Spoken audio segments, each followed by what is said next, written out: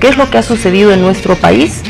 ¿Cómo se ha intentado separar a Bolivia? ¿Cuáles han sido los móviles? ¿De qué manera se ha actuado? ¿Y qué es lo que ha resultado de todo aquello? Es importante que la gente sepa. Ministro, bienvenido. Usted era presidente precisamente de esa comisión multipartidaria conformada por asambleístas tanto de la oposición como del oficialismo. Para rememorar, porque claro, ha vuelto el tema del terrorismo-separatismo en estos días por una presentación ante la CIDH de una intención de que ha habido ejecuciones extrajudiciales, como se ha manifestado, por quienes están interponiendo este recurso precisamente ante la Comisión Interamericana de Derechos Humanos. Nos gustaría recordar, por favor, ministro, qué se estaba planificando, quiénes conformaron este grupo, un poco para entrar en materia de lo que está discutiéndose hoy en día. ¿Quién era Eduardo Rosa Flores, que ha sido traído a Bolivia? ¿Cuáles eran sus características? Un poco rememorando esa investigación. Bienvenido. Gracias, Iván. Buen día. Creo que entre el 2007 y el 2008 han sido los años determinantes que marca de manera definitiva el tránsito del viejo Estado republicano liberal al nuevo Estado plurinacional. Pero para evitar ese tránsito histórico y político se han desarrollado múltiples acciones y se ha ido organizando y fomentando desde la violencia política, la violencia social y también la violencia racial. Y esos hechos criminales que han sido impulsados por personalidades y autoridades políticas electas y designadas en nuestro país, y muchas de esas personalidades eran gobernadores o eran prefectos en su momento, alcaldes o alcaldesas, diputados y presidentes de los comités cívicos, los responsables de haber identificado a los indígenas aymaras y quechuas, fundamentalmente aymaras, como los responsables de impedir el desarrollo del país. Por eso que entre el 2007 y el 2008, si hacíamos un recuento cronológico, vamos a encontrar pero múltiples evidencias de vielencias políticas, raciales sin precedentes. Antes de ingresar en materia, por ejemplo, yo quiero recordar a mi colega, amigo y compañero diputado, el ex ejecutivo de la Federación de Campesinos, el compañero Wilber Flores, en Chuquisaca. Él era presidente de la brigada parlamentaria, ex diputado uninominal en Chuquisaca, y las oficinas de la brigada parlamentaria se encuentran en la gobernación, en plena plaza de Sucre. Él salió de la oficina y fue llevado a golpes, pero a golpes, desde la plaza hasta el mercado central, a golpes y patadas, y no había gente que lo defienda, excepto compañeros del mercado que lograron arrebatar a sus agresores, lo ocultaron en una tienda y prácticamente Wilber quedó inhabilitado casi dos meses de su gestión parlamentaria. ¿Y eso producto de qué? Producto de que el Comité Cívico de Chuquisaca, el alcalde, la alcaldesa de Chuquisaca y otras autoridades de Chuquisaca lo que hicieron fue publicar las fotografías de los diputados y constituyentes del MAS y los identificaron como los enemigos de Sucre, de la capital, y por lo tanto se impulsaba la violencia racial. Eso fue 2007 y 2008. Y en ese contexto, el 2008, llega Eduardo Rosa Flores a Bolivia. No es el 2009, es el 2008. Y el 2008, recordarás, Iván, por un lado se impulsa en enero, los desde mayo-junio se impulsan los referendos autonómicos que eran anti e inconstitucionales. ¿Cuál era el objetivo? El objetivo era desconocer el foro constituyente. Se realiza el primer referéndum autonómico que es inconstitucional el 4 de mayo del 2008 y esa misma semana del desarrollo del referéndum se aprueba en el Senado la ley del referéndum para el revocatorio del presidente Evo Morales, y cuyo presidente era el senador Óscar Ortiz, hoy actual senador de Demócratas. ¿Cuál era el objetivo? Primero, anularlo a la constituyente con el proyecto de constitución, y segundo, derrocar al presidente Evo Morales. Eso fue en el mes de mayo. Y cuando terminó el último referéndum, en junio, en abril, y se dio en agosto el referéndum ratificatorio, el 10 de agosto Evo fue ratificado con el 67%, y la primera decisión del CONALDE fue, ¿cuál fue? Desacato al resultado del referéndum, y se ingresó al proceso de la toma de instituciones físicas en todo el país y al bloqueo de caminos. Fue en ese contexto, entre agosto, septiembre, que llega el grupo de Eduardo Rocha Flores a nuestro país. Es decir, no llega en un contexto ajeno, ausente, sino en un contexto donde se estaba desarrollando ya no solo la desestabilización, sino el derrocamiento del presidente, y paralelamente se estaba buscando la separación territorial de Eduardo Rocha Flores. No sé si en producción tienen el informe de la Comisión Multipartidaria. Podemos irnos a la página 16 para que podamos ver con mucha claridad quién era Eduardo Rocha Flores. Me refería, si tienen el informe de la Comisión Multipartidaria, por favor. Tenemos el video, ministro. Vamos a ver el video, por favor.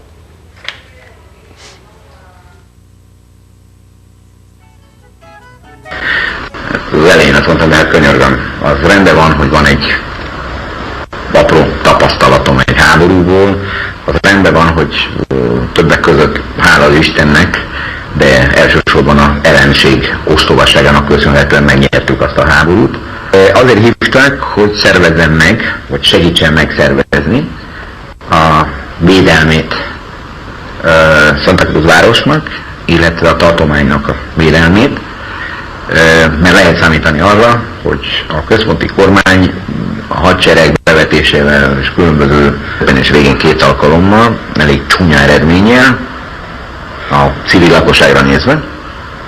Tehát hogy ezekkel szemben meg kell szervezni, keresni valami nincs lápászban, mint ahogy a keletiek nem is gondolnak erre. De mondom még egyszer, itt a védelem kell megszervezni az ellenállást. Nem, még nincs hadsereg, létre kell hozni, vannak szervezetek, amelyek a helyzet miatt félkatonai jelleget vették föl az elmúlt, mondanom kell azt, hogy évtizedekben. Ezeknek tagjaiból majd ki kell válogatnom most nagyon sürgősen. Tehát pillanatokon belül fel kell állítanom a magját annak. Ezt téged vezetőnek hívnak. Tehát arra hívnak, hogy te szervezd meg az ellenállást Santa Cruzban, illetve a keleti tartományokban, és a te utasításaid, parancsaid alapján fogják megszervezni az ellenállást, illetve később a hadsereget. Igen.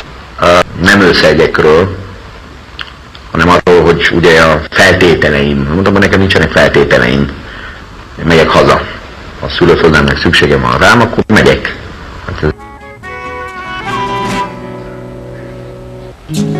Bien, ahí están viendo en la lámina estas declaraciones que ha hecho Eduardo Rocha Flores antes de llegar a Bolivia. Fue una declaración que hizo antes de venir. Es una entrevista que le hizo el periodista Andrea Kepes. Andrea Kepes le hizo una entrevista a solicitud de Eduardo Rocha Flores y él podía difundir en el caso de que él ya no estuviese vivo. Es parte del acuerdo que tiene con el periodista y por eso que se hace público la declaración a través de Radio Fides, fundamentalmente con la debida transcripción. Bien, para nuestros amigos de la radio, la declaración en síntesis de Eduardo Rocha Flores antes de venir, que fue difundida por otros medios de comunicación en Bolivia, dice: si no hay autonomía y no podemos vivir juntos, vamos a gritar que somos independientes y haremos un nuevo país. Eso me recuerda a lo que decía el ex prefecto Manfred Reyes Villa, que dijo: adelante Santa Cruz con su independencia. Recordemos ese momento también cuando se estaban produciendo lo que usted recordaba, los procesos de revocatorio que había sido pedido precisamente por la propia oposición. Pero, ¿cuál era la misión de Eduardo Rocha Flores, ministro? ¿Cuál era el ingrediente y por quiénes fue traído Eduardo Rocha Flores? Porque tenía un objetivo claro, además, ministro. Mira, él habla de un objetivo claro, reclutar gente. Eduardo Rocha Flores tenía 3 nacionalidades. Era boliviano y húngaro, por su padre y por su madre, pero en última instancia asume la nacionalidad croata, ¿no? Porque él participa en la guerra de los Balcanes, y eso lo vamos a explicar de manera cómo asume esa nacionalidad. Los nombres que él utilizaba cuando llega a nuestro país: Germán Roca Aguilera, Jorge Hurtado Flores, Luis Tamaunda, Chico, Camba 3, que eran los nombres que él utilizaba de manera constante para desplazarse en nuestro país, pero además era una persona multifacética, hablaba muchos idiomas, el español, el inglés, el croata, lo que le permitía desplazarse. Además tenía muchas atribuciones y muchas cualidades el señor Eduardo Rocha Flores. ¿Cuáles eran las actividades que él desempeñó y desarrolló? Y esta información que lo hemos presentado ha sido publicada en varios medios de comunicación a nivel nacional, con la respectiva documentación necesaria que fue entregada a la Cámara de Diputados. Y la primera experiencia que tiene Eduardo Rocha Flores, él era periodista, prestó sus servicios en el diario La Vanguardia de España como corresponsal húngaro en Barcelona y corresponsal de guerra de la BBC de Londres durante la Guerra de los Balcanes.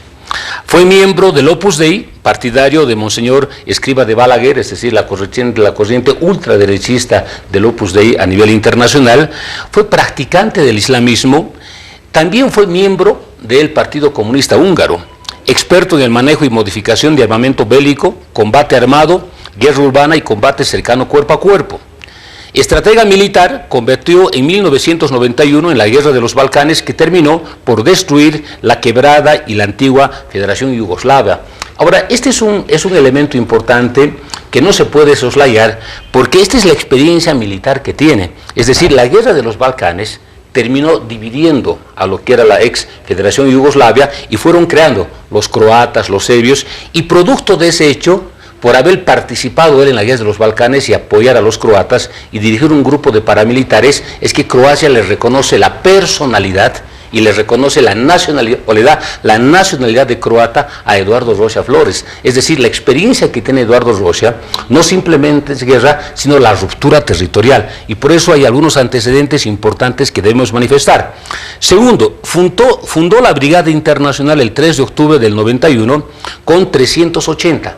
Esta Brigada Internacional, Iván, era, en ese momento lo que hicieron los países y los croatas contrataron a grupos de mercenarios que tenían un grupo de personas que desarrollaban actividades criminales y lo que se denominó los crímenes de lesa humanidad, los crímenes de guerra, porque fueron desarrollados por grupos de paramilitares que prácticamente percibían una remuneración económica por asesinar al adversario, niños, jóvenes, ancianos, mujeres, etcétera, etcétera. Y Eduardo Rocha Flores organizó la Brigada Internacional. El segundo elemento de esta brigada es una fuerza conformada por mercenarios de diferentes nacionalidades y caracterizada por cometer crímenes de lesa humanidad, y desempeñó sus actividades en esta guerra. Pero además, este tipo de grupos fueron investigados por diferentes periodistas, porque los crímenes que se fueron cometiendo a lo largo de estos años, porque existen documentales, existen videos, etcétera, que demuestran cómo poblaciones fueron aniquiladas de manera directa, y no participa ningún militar de ninguno de los grupos o los países, entre comillas, en ese momento en conflicto, sino aparecen paramilitares porque no tienen identificación de patria. Y uno de ellos era Eduardo Rocha Flores, y este grupo criminal fue identificada producto de una investigación por un periodista sueco, Christopher. Fue identificado y fue incluso denunciado de manera internacional por la forma de llevar adelante este crimen, y este periodista que identificó a Eduardo Rocha Flores y a este criminal, o este grupo criminal, fue asesinado en España. Este es un dato importante y relevante, pero además debemos manifestar lo siguiente: existe una acusación de la Comisión en sus investigaciones, tuvo el conocimiento de que la misión permanente de la República Federativa de Yugoslavia ante la Oficina de las Naciones Unidas, el 14 de febrero del 94, en la que acusan a Rocha Flores de crear la Brigada Internacional, que tenía entre sus filas a mercenarios de la Legión Francesa y mercenarios de la guerra en el Oriente Medio y en América Latina, que asesinaban a civiles serbios en las aldeas de Divos, Ernestinovo, Tesenski, Autunovac y otras. Además participó en la matanza de soldados serbios capturados, cometiendo también agresiones sexuales contra mujeres y niños serbios. Es decir, la guerra entre serbios y croatas. Él estaba del lado de Croacia. Él tenía un grupo de paramilitares. Este grupo de paramilitares se denominó Brigada Internacional. Tenía 380 mercenarios, y por lo tanto ellos fueron a los lugares donde estaban los serbios y asesinaron. Y no simplemente es una opinión nuestra, sino lo que existe es una acusación en las Naciones Unidas sobre la forma de cómo cometieron. Entonces, si uno ve a Eduardo Rocha Flores, primero la experiencia que tiene es la participación y la organización de un grupo criminal completamente irregular. Cuando viene a Santa Cruz, viene con un grupo de personas que no son reclutados en Bolivia, sino que son reclutados en el exterior. Entonces, por lo tanto, viene a conformar un grupo completamente irregular. Cuando Tú lees la declaración de Eduardo Rocha Flores y dices, si no nos escuchan, declaremos y proclamaremos nuestra independencia. Está haciendo referencia, Iván, prácticamente a la experiencia militar que él tuvo en la guerra de los Balcanes, es decir, a la ruptura territorial de la ex Federación Yugoslavia y por lo tanto la creación de los serbios y los croatas, que son obviamente guerras que tienen muchas décadas y tienen muchos niveles de conflicto. Pero por lo tanto lo que nos demuestra es la experiencia militar y la conformación ideológica que tenía este señor antes de llegar a nuestro país. Ahora, ministro, ¿a quién le interesa y quién financia? Porque lo que usted nos está contando definitivamente nos hace pensar de un perfil psicológico con ciertas características, ¿no es cierto? ¿A quién le interesa ese perfil psicológico para traerlo aquí, conformar ese grupo de personas traídas de afuera y de repente con qué nexos aquí adentro, con qué financiamiento además? Porque estamos hablando de gente que trabaja para eso. Mira, cuando se hace la evaluación, y se hace primero la evaluación de la primera entrevista y se hace la evaluación de la entrevista que le hacen a Andrea Kepes, el periodista que entrevista a Eduardo Rocha Flores, evidentemente la primera percepción es que él ha sido convocado, porque él dice, yo tengo más interés en Bolivia porque es mi país de nacimiento que en Croacia, entonces por lo tanto ha sido convocado. Inicialmente dice, yo estaba de acuerdo con la posición de Evo porque iba a reivindicar los derechos, pero por la forma como está presentándose, está buscando atacar a una región altamente pudiente, dice. Entonces, por lo tanto, ya hay una identificación de enemigo al presidente Evo, ¿no? Un tercer elemento dice que me han convocado e iré. Y esta afirmación obviamente no describe la forma como se trasladará a América Latina, pero él dice también en la segunda entrevista que él no llegará de manera directa a Bolivia, sino de manera indirecta. Él se trasladará a Brasil. Entonces, si tiene las imágenes, por ejemplo, tenemos nosotros la lista de los pasajes en avión que fueron comprados. Y tú vas a encontrar que los pasajes fueron comprados en la ciudad de Santa Cruz. Pero además, cuando nosotros hacemos la revisión y enviamos una nota a Aerosur para que nos hagan conocer si tales personas ingresaron al país, Aerosur nos envía esta nota, este informe nos envía a la comisión multipartidaria, donde nos hace conocer cuáles son si las personas a las que hacemos referencia están ahí. Si tú ves, el Otto Aso, una de las personas que confesó su nivel de culpabilidad, llega. Mario Gaspar, Michael Deuer, la persona que murió en el enfrentamiento en el Hotel Las Américas, Iván Pistovac, Tibor Reves, Gaspar Dudok, Mario Tadic, la otra persona que estuvo también detenido y confesó su nivel de culpabilidad. Todas estas personas llegaron de manera directa a la ciudad de Santa Cruz. ¿Quién paga los pasajes? De acuerdo a la información, el señor Alejandro Melgar.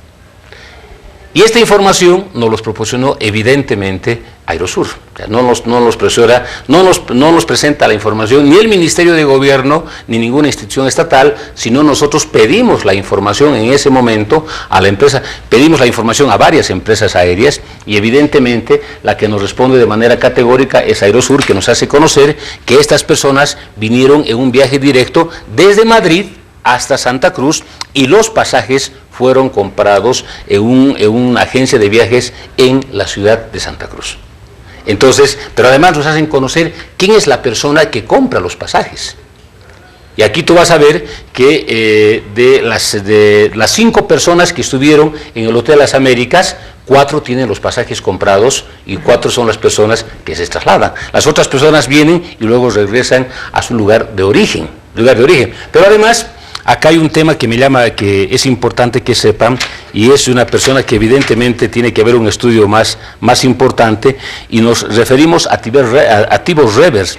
Tibor Reves es cabeza de un grupo ultraderechista húngaro en Hungría, donde ellos proclaman como una pureza aria. Parte de este grupo era el señor Eduardo Rocha Flores.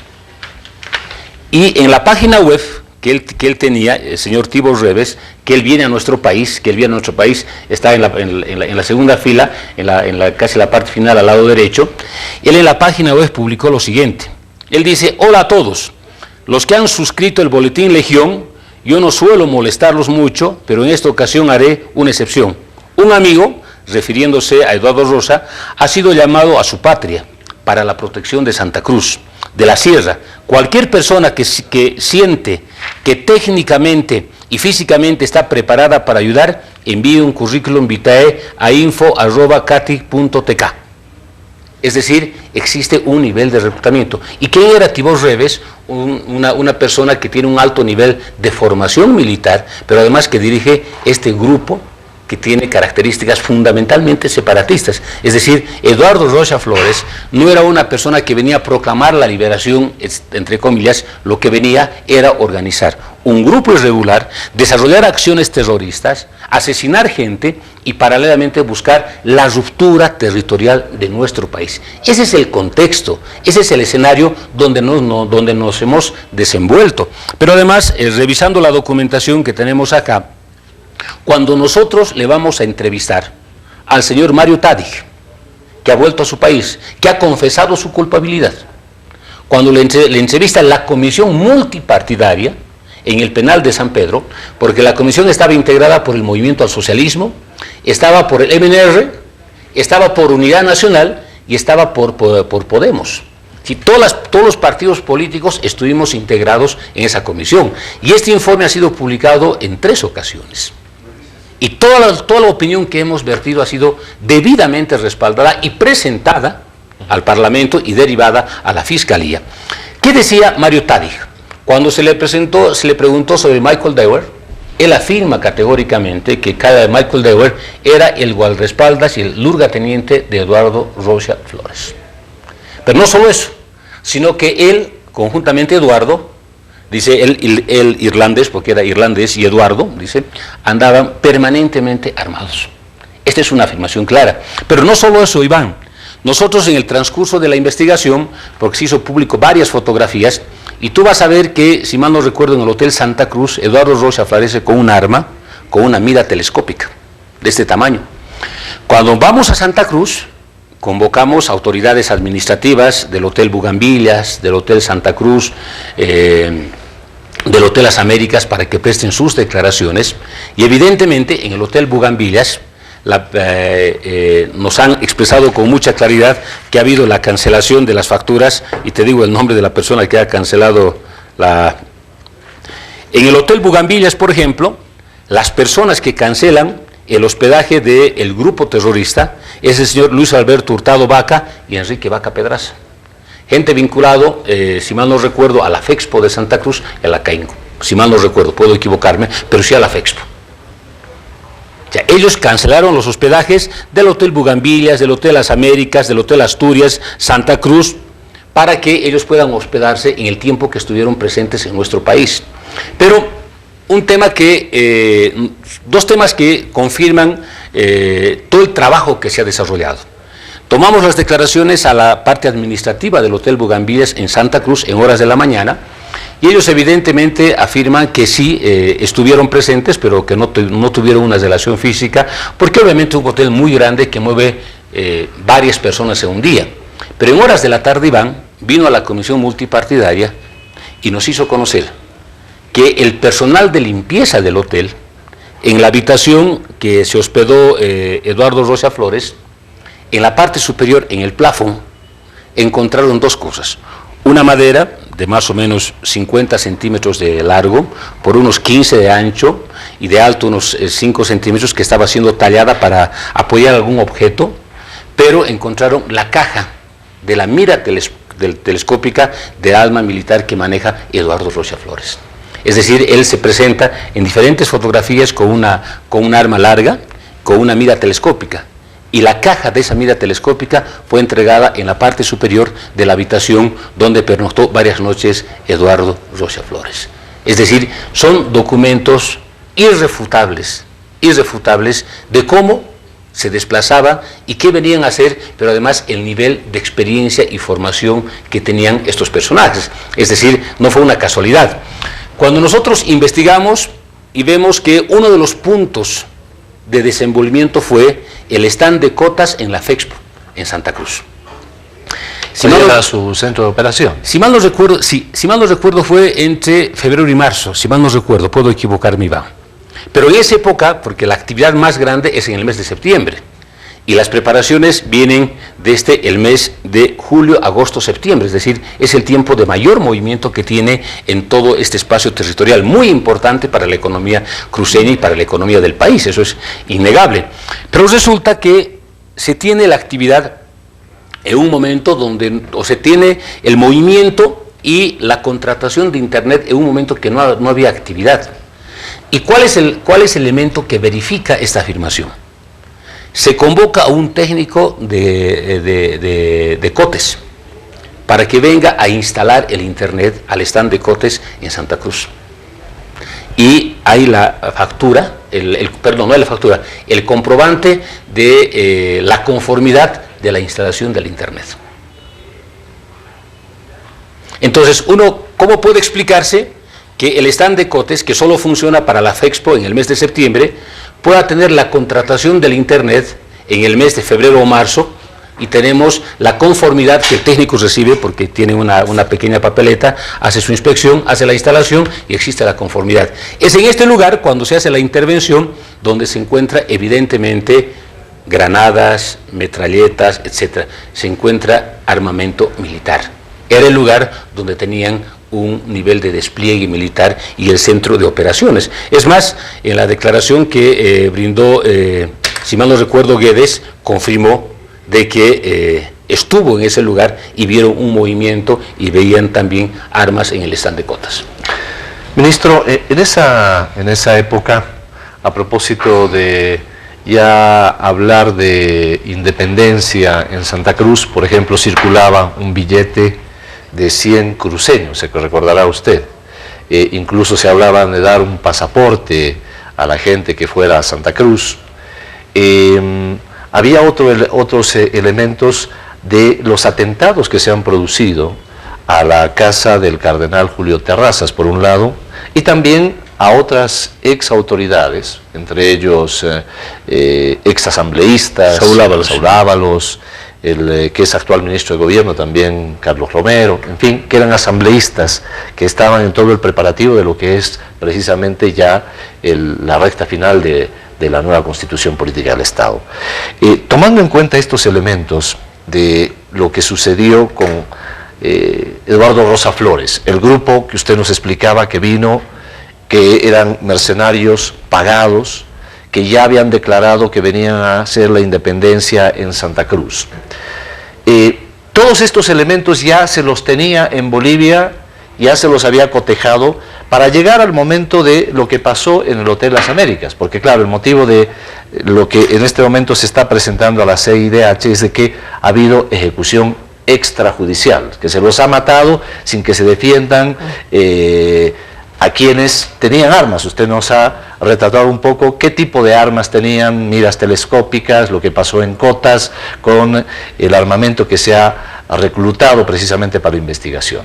¿Qué pasó en el Hotel Las Américas, ¿no? ¿Qué sucedió el día precisamente de la intervención de ese grupo especial de la policía, ministro? Primero, ratificar un elemento. El señor Luis Hurtado Vaca, Enrique Vaca Pedraza, Alejandro Melgar, que fueron los que cancelaron estadía, los que cancelaron los pasajes, una vez producido el hecho, prácticamente abandonaron el país, huyeron del país. Cuando nosotros los convocamos, huyeron del país. La declaración de una empresaria cruceña sobre el Grupo La Torre, ella dijo que el Grupo La Torre aportaron recursos económicos. Se hizo la investigación y el Grupo La Torre era administrada y dirigida por Orlando Justiniano. Cuando se hizo la convocatoria, prácticamente él no vino y luego desapareció del país.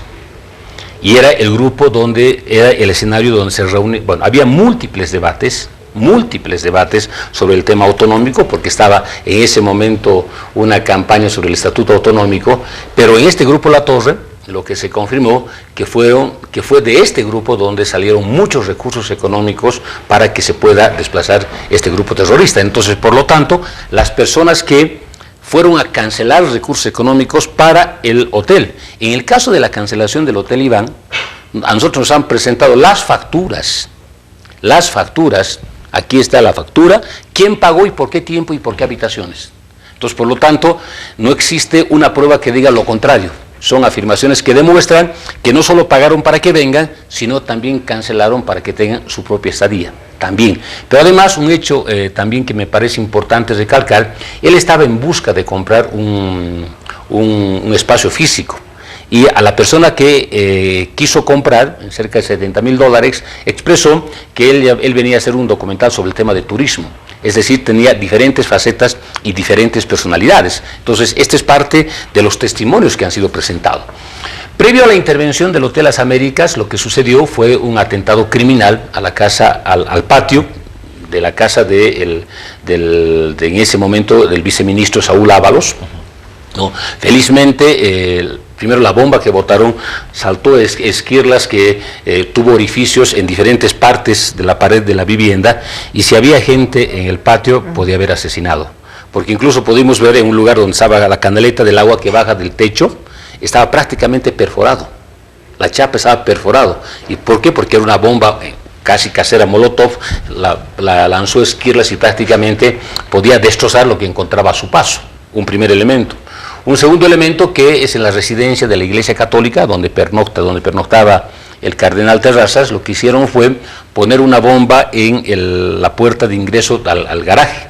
Cerca a las 11:30, 12 de la noche, reventó las esquirlas, etc. Y el objetivo básicamente de ese hecho, porque si uno ve entre donde está la puerta donde la explosión y la habitación donde pernoctaba el cardenal Terrazas, son aproximadamente 50 metros, porque hay un vacío donde tienen que estar los diferentes vehículos, y prácticamente no iba a afectar a ninguna persona la explosión y a la hora que se puso. El objetivo era que con ese hecho buscar decir que el gobierno había perpetrado un atentado contra la Iglesia Católica y el cardenal para que grupos de la Iglesia Católica se vuelquen contra el gobierno. No olvidemos que el cardenal Terrazas expresó en más de una opinión su actitud positiva frente a la autonomía, incluso fue a votar en el referéndum inconstitucional del 4 de mayo en la ciudad de Santa Cruz. Son estos hechos claros los que suceden. Entonces, por lo tanto, lo que se buscó fue buscar la radicalidad de ciertos grupos de la Iglesia Católica contra el gobierno. Estas acciones, obviamente, lo que buscaban era, por un lado, era de atemorizar, amedrentar, en lo posible eliminar físicamente autoridades vinculadas al gobierno, como el caso de Saúl, y en el otro caso lo que buscaban era autovictimizarse para que grupos de la sociedad se vuelquen masivamente contra el gobierno, porque el objetivo era cada vez más buscar la radicalización de varios grupos de la sociedad cruceña contra el gobierno y principalmente contra la figura del presidente Evo. Entonces, cuando se hace la intervención en el Hotel Las Américas, por toda la información que nosotros hemos recolectado a través de las declaraciones, a través de nuestra presencia física, en el cuarto piso, las 5 personas prácticamente estaban alojadas en un mismo lado, eran 5 habitaciones continuas, y en la primera habitación está Eduardo Rocha Flores, en la segunda habitación está Michael Dewar, en la tercera está Maggiorazzi, en el cuarto creo que está Tadic y en el quinto está Toazo, si mal no recuerdo. Pero en las 3 primeras habitaciones están los 3. Lo que hace el grupo de inteligencia es ingresar al Hotel Las Américas. Cuando identifican el lugar donde están prácticamente pernoctando, se produce una explosión. Y producto de la explosión luego existe un enfrentamiento. Y en el enfrentamiento entre las fuerzas de seguridad y Rocha, cruce de balas, y en el cruce de balas muere Eduardo Rocha Flores. En la segunda habitación, Dewar y Maggiorazzi. Existe cruce de balas, porque lo que nosotros verificamos, y existe el informe del IDIF, es que existe un cruce de balas y prácticamente podemos verificar que en varias partes de la habitación existen orificios, por lo tanto lo que demuestra que hubo enfrentamiento en esas 3 habitaciones, y en las otras 2 habitaciones prácticamente Toazo y Tadic se rindieron. Entonces esto fue lo que produjo este hecho, pero además las fuerzas de seguridad tenían que actuar en consecuencia, porque no estamos hablando de personas que venían a hacer turismo fundamentalmente, sino que tenían otro tipo de experiencia. El hecho de que diga Mario Tadic, el hecho de que afirme simplemente que Michael Dewar, que era el lugarteniente de Rosa, andaba permanentemente armado, porque en la declaración dice, el irlandés siempre andaba con arma, dice, y andaba armado, igual que Eduardo. Al afirmar ese hecho, está ratificando básicamente cómo se estaban desplazando este grupo de personas en nuestro país. Ahora, ministro, incluso se hablaba de un atentado en contra del presidente con todo su gabinete. Hay que recordar que aquella vez se tuvo un gabinete ampliado también en el buque multipropósito, de eso también se habló. Si se hubiera perpetrado ese atentado, ministro, realmente no lo estaríamos contando. Ese es un documento que ha tratado de descalificarse, porque obviamente se consigue el documento a partir de una infiltración. Ese es un hecho real, ¿no? Y en esa, que es una conversación entre comillas en un asado. Ahí hubo la sesión de gabinete con el presidente Evo en el Titicaca, en el cual me tocó participar en mi condición de jefe de bancada del MAS cuando yo era diputado en esa ocasión. Entonces fue una reunión altamente importante, donde además yo recuerdo que en ese gabinete se discutió un tema importante, el bono Juan Azurduy, que fue planteada por el presidente Evo. Entonces, dice Eduardo, de saber que había el gabinete, hubiéramos hecho volar, dice. Entonces, por lo tanto, como tú verás, la opinión común de estas personalidades tenía que ver con la violencia. Ahí tiene la imagen precisamente de lo que dice, ¿no? Esas son las declaraciones. Y bueno, que dice que de haberlo sabido con tiempo, lo de la sesión del gobierno que tuvieron en el Titicaca el otro día, habría mandado uno de estos vestidos de rana y les vueló el barco. Estaban todingos, no faltaba uno, dice el ministro. Por eso te decía, si tú ves, estas son las afirmaciones claras de las personas que tienen un nivel de formación vinculada a la violencia y al asesinato. Es decir, para una persona común y corriente escuchar estos hechos obviamente es bien dramático, pero para estas personas que están vinculadas de manera permanente a la violencia, al asesinato y a los crímenes de guerra, es decir, ellos han sido denunciados a la Comisión de Derechos Humanos de las Naciones Unidas por crímenes de guerra, por haber asesinado a niños, niñas, mujeres, pero además también por haber violado.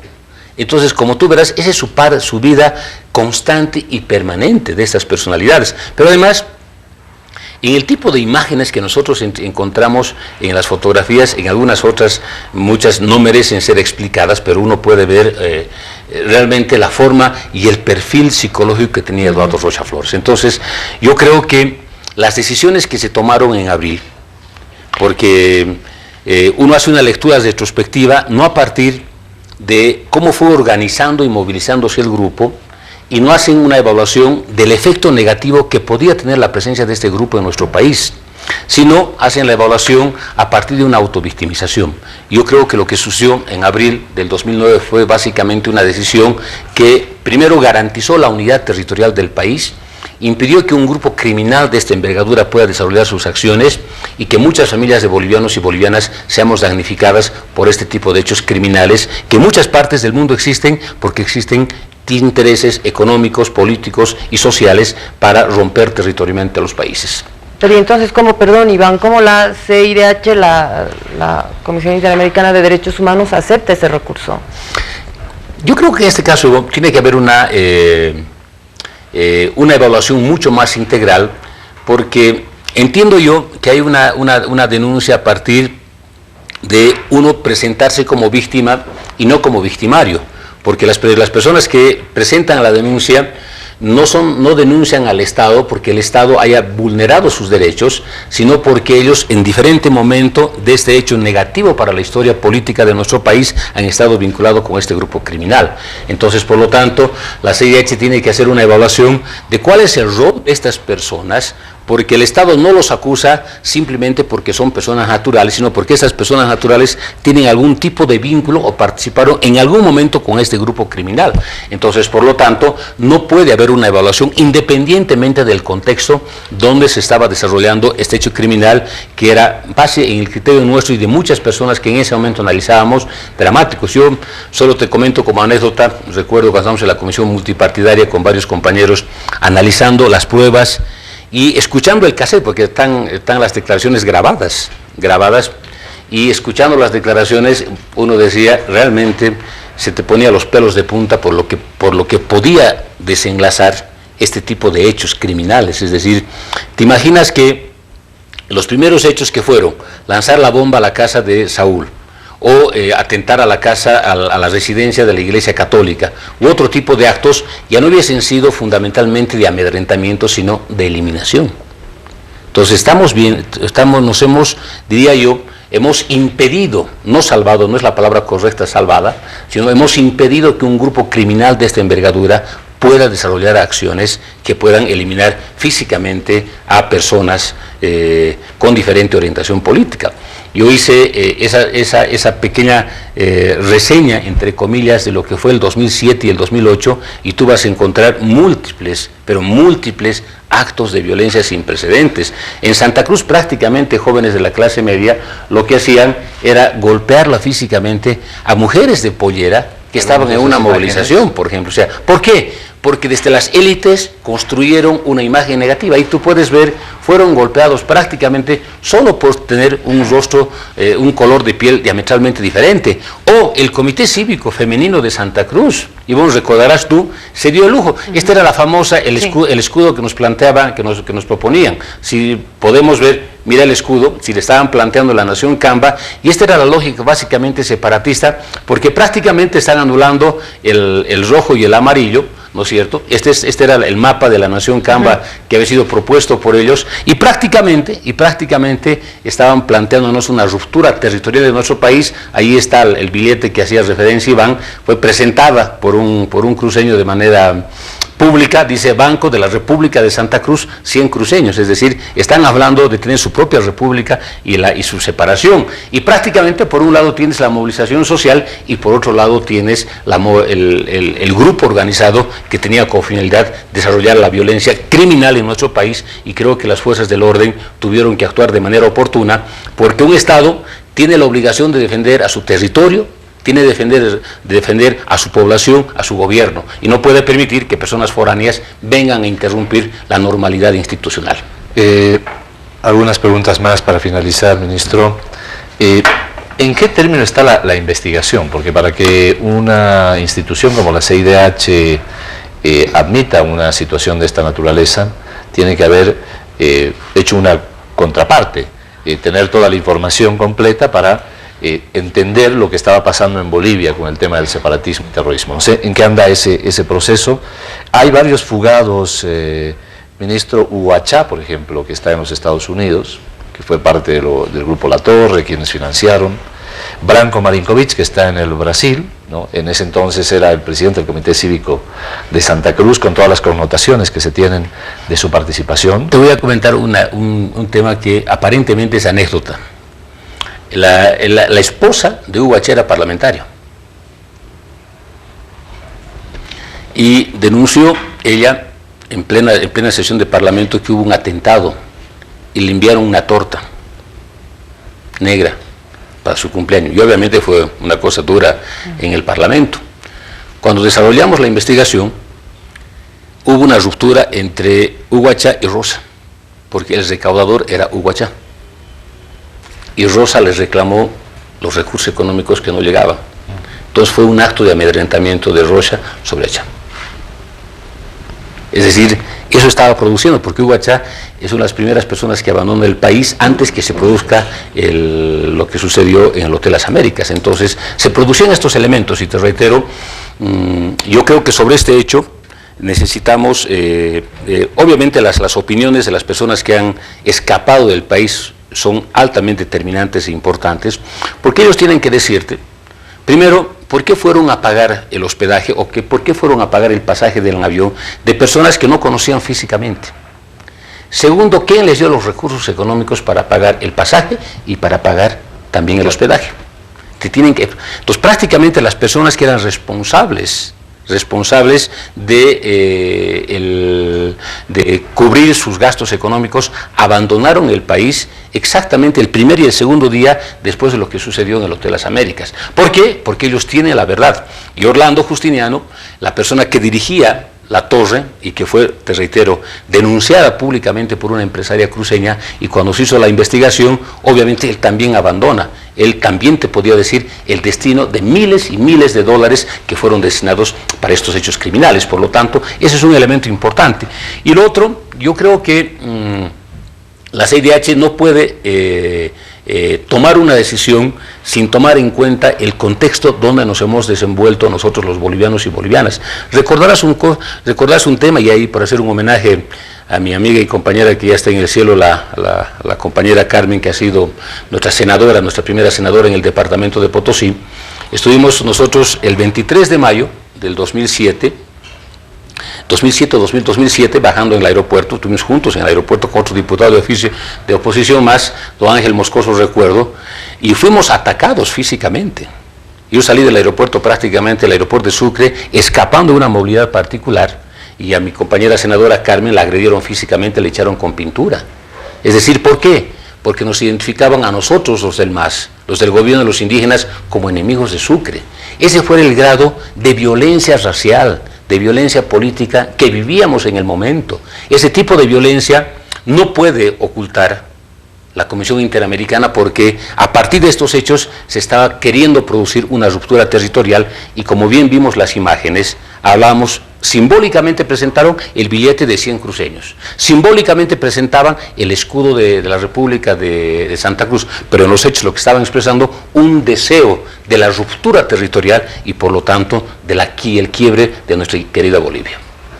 Bien, le agradecemos, ministro, recordando también, y esas imágenes que conmovieron no solamente a Bolivia sino al mundo, cuando hicieron hincar a los campesinos en Sucre, la masacre de Pando, que ha venido acompañada precisamente con todos estos hechos, la toma de instituciones, volaron algunos gasoductos también, nos recordará usted, ministro, que era lo que se configuraba como elementos de agresión, de división que se estaban dando en el país en ese entonces, y que creo que para despedir al ministro tenemos algunas imágenes, Ivonne.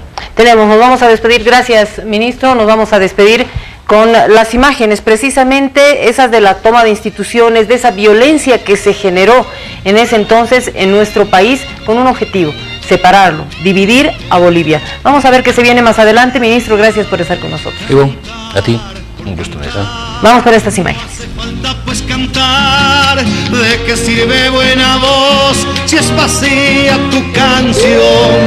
¿De qué sirve buena voz si es vacía tu canción? Vivir por vivir, no hace falta pues vivir, tiene que haber un motivo, tienes que luchar por él.